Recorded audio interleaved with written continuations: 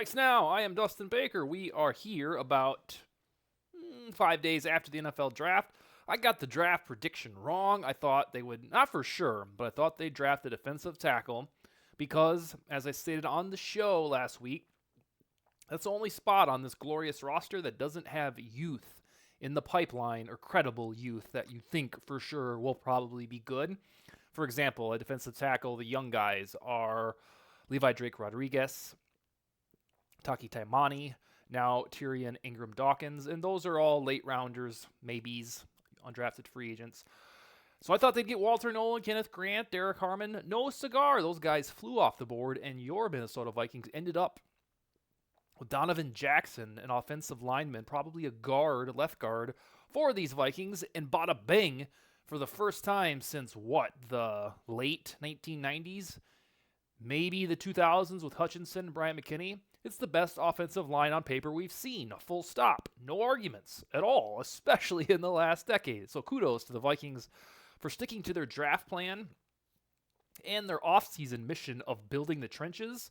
Because my goodness, let's face it, after the Kirk Cousins era began to get stale, I was ready to move on from Cousins after the playoff loss to the Giants in 2022. We had seen 5 years of it. Didn't work. Try something new. They waited an extra year. But everybody was saying, let's try a quarterback on a rookie contract. Let's build the trenches. Look what the Lions are doing. Look how good the Eagles are doing it. Let's do that. Well, they responded by drafting J.J. McCarthy last year, and then for the trenches, Will Fries, Ryan Kelly, Javon Allen, Javon Hargrave, and now Donovan Jackson, almost all in a single offseason. So what a sweet time for the Vikings, and man, when we ramp up to week one, having McCarthy as the starter, it's going to be one of the most exciting build-ups or couple weeks in my Vikings lifetime, because you want to see if the kid has really got the goods, which I do believe he does. But throughout the draft itself, they had 5 rookies that came aboard on the dotted line from the draft, and then 20 UDFAs thereafter. And I kept having coworkers and friends and people message me about the picks, wondering like, hey, did you think they were going to get a wide receiver there? Or, aren't they going to get a running back? And generally speaking, although it was just fine when all the dust settled, this draft was pretty weird for the Vikings, at least according to how folks thought it would pan out. So to give you some clarity on the weirdness, why this damn thing felt weird, there's 5 observations that I came up with that I'm going to hit you guys and gals with right now, and they're not ranked in any order this time. But the first, waiting around for 3 months, what are they going to use? What are they going to get with their first-round pick? Thank God they didn't trade that pick last year. They only would have had 3 picks going into the event. They preserved their first-rounder. They got J.J. McCarthy instead of Drake May a year and a couple weeks ago. But when we got to round 1, they ended up taking an offensive guard. And one of the weird things about this draft was that was the first time in 37 years that the Vikings used round 1 to draft a guard. The last time was Randall McDaniel in 1988, and that worked out pretty damn well. If you are a Vikings purist, you probably know Randall McDaniel is a top 5 Viking of all time. But because he played a boring position, nobody ever puts him on the Mount Rushmore. Well, he's on my Mount Rushmore, that's for sure. But I digress on Randall McDaniel. That was the last time. I was 5 years old when the Vikings drafted a guard in round 1. They've done it again with Donovan Jackson. Now they used round 1 capital on a center 6 years ago on Garrett Bradbury, which only kind of worked out. But usually the Vikings foremost, and then other teams typically wait until later rounds to draft guards. But don't tell the Dallas Cowboys about that. They got Tyler Booker, and these Vikings got Donovan Jackson. So they ended a drought of 3.5 decades of not adding an offensive guard in round 1. So for the folks that have been doing this thing for at least 35 years, 37 years, it's like, oh wow, this is new. They don't usually do this. Number 2, why else did this event feel a little weird? Well, I got one for you. When the Vikings draft wide receivers, folks, it's usually in round 1 or later. They don't usually find the guts, the middle sections of a draft. They don't usually use those spots for wide receivers. So I did the homework on this, sitting there on my couch Friday night thinking, God, it's Why does this feel weird that they drafted Ty Felton? It shouldn't. I mean, it makes sense. Jalen Naylor is decent, but he's not the ultimate badass. They should want to get better at WR3. Boom, they got Ty Felton. Well, it was the first time since 2000, was it 2003, 2002, that they drafted a wide receiver in round 3, and that was Nate Burleson. It was 2003, so 22 years ago. And it's just kind of like clockwork. When the Vikings need a receiver, they go get the guy in round 1, whether it's Justin Jefferson, Jordan Addison, and then you find the unsung guys like Adam Thielen. I'm sure you've heard his story from Detroit Lakes. Stephon Diggs, another Maryland guy, he was from round 5. So either the Vikings studs come from round 1. They're really good at drafting wide receivers in round 1, except for Troy Williamson and Laquan Treadwell. Or they can wait until later in the event when you got Stephon Diggs or undrafted free agents and Adam Thielen. So to use round 3 for a promising new wide receiver, a speed merchant, and Ty Felton, it's been 22 years since they used that particular round. And last time was Burleson, which I think was fair to say worked out pretty well. He didn't stick around for too terribly long, but he was darn good as a compliment to Randy Moss in that era. Speaking of which, Randy Moss's son was invited to rookie minicamp next week. Montego Moss, nicknamed Tego, is going to be at Vikings minicamp competing for a roster spot. I don't think that'll pan out, but it's kind of a sweet story nevertheless. So no offensive guard from round 1 in 37 years. No third round wide receiver since 2003. Another reason that this felt weird, and this was my only beef with the Vikings draft, and it's going to remain one of my beefs with Kwesi Adofo-Mensah until I'm proven wrong, which I probably will be. They selected no running backs at all. And when they got to UDFA, undrafted free agency, they just got some guy from Jacksonville State. So in a draft that was world renowned for running back depth, like you could get the dudes that were drafted in round 5 Saturday will be next year's second rounders or third rounders. That's how deep this class was. But the Vikings said, you know what? We are cool because we have Aaron Jones, who's going to be 31. We have Jordan Mason, our brand new toy that we traded with the 49ers. And then we have Ty Chandler. Vikings said no thanks to getting in on all of the fun of this very deep running back draft class, and will rest on their laurels and kick it with these guys they already have, or go sign somebody like Cam Akers when they'll probably trade for Cam Akers next September and October. So if we want to get into beefs and grievances, my only grievance with this Vikings offseason at all is they didn't draft a rookie running back when you're not going to find a class like this that often. They got Trey Stewart from Jacksonville State. There will be some folks that pound the table for him and think, this guy's going to be good. But I don't know. I don't really believe it. Not every UDFA can be good.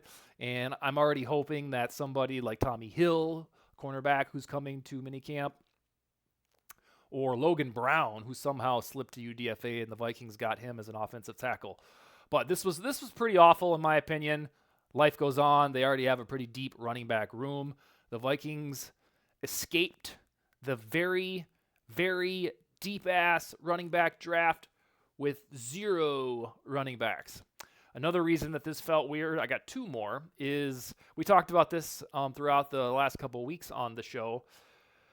There was a common consensus in the last couple weeks of the draft from the powers that be, like NFL.com, the guys that usually get it right, who are plugged in. If you pulled up 3 mock drafts, 2 out of the 3 were going to say a safety in round 1. Malachi Starks went to the Ravens, I believe, and then Nick Emanwari. I don't remember where he went. I should. Shame on me. But the Vikings were supposed to come out of this thing with a safety. I never really believed it because they have Theo Jackson. And I think what happened is the national pundits looked at the Vikings depth chart, looked at roster needs. They saw Theo Jackson. They said, what is a Theo Jackson? I've never heard of him. And said, boom, the Vikings are going to draft a safety, Malachi Starks. And I think that was just widespread across the board, that they weren't plugged in or in tune with the roster needs. And they just decided that, hey, the Vikings are going to draft a safety. So most of the body politic of the mock draft community, just like they got Shadur Sanders so very wrong at a national level, They thought the Vikings had drafted safety, and the Vikings did not. Unrelated to the Vikings, on Shedeur Sanders, this is such an indictment of the NFL draft community because we went 3 months with Shedeur Sanders as a bona fide, certifiable, for sure, top 10 pick. Most of the time it was top 3, either to the Giants or the Browns. So this is a big, fat-ass lesson for everybody to learn. There is going to be misdirection in all drafts, like Malik Willis being talked into round 1 in 2022, or Hendon Hooker. Remember those 2 weeks when the Vikings had the 23rd pick in the 2023 NFL draft, and they're like, hey, Hendon Hooker, he's going to the Vikings. You're going to have shit like that a lot. But what you don't usually have is an entire draft community screwing up a single guy's scouting report and subsequent big board placement. And we all did that for Shedeur Sanders. The only people that knew we were tripping was NFL war rooms, that there was just this disconnect. Like, if you put on Shedeur's tape, to the naked eye, he looks pretty good. But he's not overly nimble. He doesn't have a strong arm. And his accuracy is a little suspect when he starts to, get longer than 10 yards down the field. And typically, when you're adjudicating film, a tape like that, that translates to a guy who's not going to amount to much in the NFL and hence fall to the bottom of a draft. But because this dude's last name was Sanders and probably never been humbled, nor had his father been humbled in their lives, it was this big grand assumption like, well, that's Deion's boy. He's going to go. It's a second pick to the Browns. It's like elementary, baby. No, the NFL general managers and NFL scouts rebuked, all of the scouting community as the whole, like the media scouting community. What a time to be alive. So don't trust anything anymore. Question everything, especially if you see a guy on tape that doesn't really look any good. All right, and then the final act of weirdness by these Vikings. Randall McDaniel, the first offensive guard taken in 37 years. The first wide receiver from round 3 specifically taken in 22 years. No running backs from a really deep running back class. And everybody, for the most part, getting safety wrong from a national viewpoint. There were no cornerbacks, CBs. None of them were chosen on this murder board back here with all the Vikings offseason. I got to update it here now that we got all the players.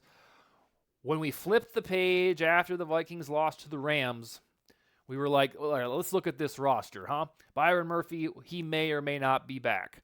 We know Stephon Gilmore and Shaq Griffin are not long-term solutions at cornerback. We knew nothing about Isaiah Rodgers at the time. We knew Mekhi Blackman would be back, and then we had best laid plans for Dwight McGlothern, a UDFA. All of those tidbits compiled to suggest the Vikings probably needed a cornerback from free agency in the form of DJ Reed, or wait to the draft and get somebody like Will Johnson who slid into your lap, or Jahdae Barron who almost slid into your lap. But the Vikings drafted 0 cornerbacks, 0 defensive backs, when the main critique about the team leading up to the draft was they need to get secondary help, especially at corner. So what does this tell us? Well, we already know Byron Murphy's pretty darn good. He's not an absolute superstar, all-pro. He's a good Pro Bowler, sturdy on Sundays, makes plays. But what we learned from the lack of they haven't signed Asante Samuel this week either after that big rumor, I guess, has fizzled. They didn't find a way to get Jair Alexander. They didn't trade for Denzel Ward.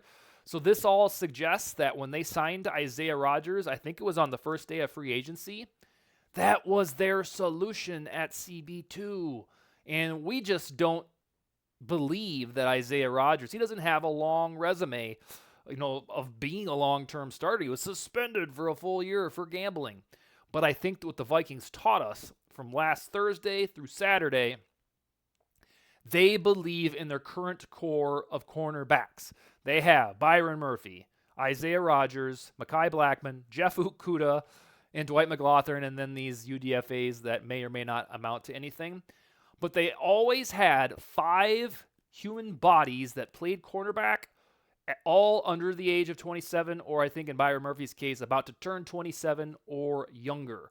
And I kept thinking that is a lot of young cornerbacks to have on your roster, which led me to believe they probably wouldn't draft Jahdae Barron or trade down and get Trey Amos or something like that. And we got that part right. They didn't need a cornerback because they have so many youthful options. So they trust what they have. Now, you might think they should upgrade. I think that'd be great if they would have signed DJ Reed. But I think you just have to trust Brian Flores here. I don't think he, went to Kwesi Dafamensa and says, I don't know, I don't care, do whatever you want. He probably signed off on this group, and if it's good enough for him, so long as there aren't, a litany of injuries and catastrophes like there were last summer, this cornerback room might be in good shape. All right, that's what we got for the Vikings weirdness. Hope you had a wonderful draft weekend. Skol, baby.